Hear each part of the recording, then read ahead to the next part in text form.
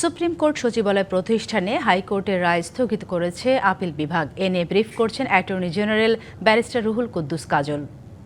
আমাদের দেশে পঞ্চম সংশোধনী একটি রায় আছে, যে রায়ের মাধ্যমে আলটিমেটলি এই 1979 সালে যে সংশোধনীটি করা হয়েছিল সেটি বাতিল হয়ে যায়। আবার পঞ্চদশ সংশোধনীর সময়, অর্থাৎ শেখ হাসিনা যখন প্রধানমন্ত্রী তার সরকারের সময়, এই সংশোধনীটি কিন্তু পুনরায় সংশোধন করে আলটিমেটলি এটা রাষ্ট্রপতির কাছে ন্যস্ত করা হয়। তাহলে যে সংবিধান সম্পর্কে রিটকারীদের আপত্তি, তার প্রথমটি সংগঠিত হয়েছে চতুর্থ সংশোধনীর সময়, যে সময় জনাব শেখ মুজিবুর রহমানের সরকার বাংলাদেশে ছিলেন।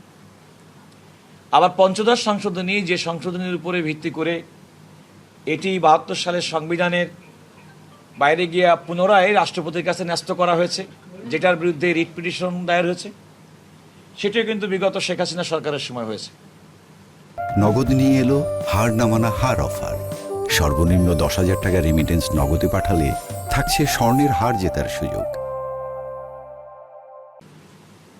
এই সংশোধনীটা চ্যালেঞ্জ করে এবং 2017 সালের একটা রুলস, সেটা চ্যালেঞ্জ করে আলটিমেটলি হাইকোর্টে রিট পিটিশন দায়ের করা হয়।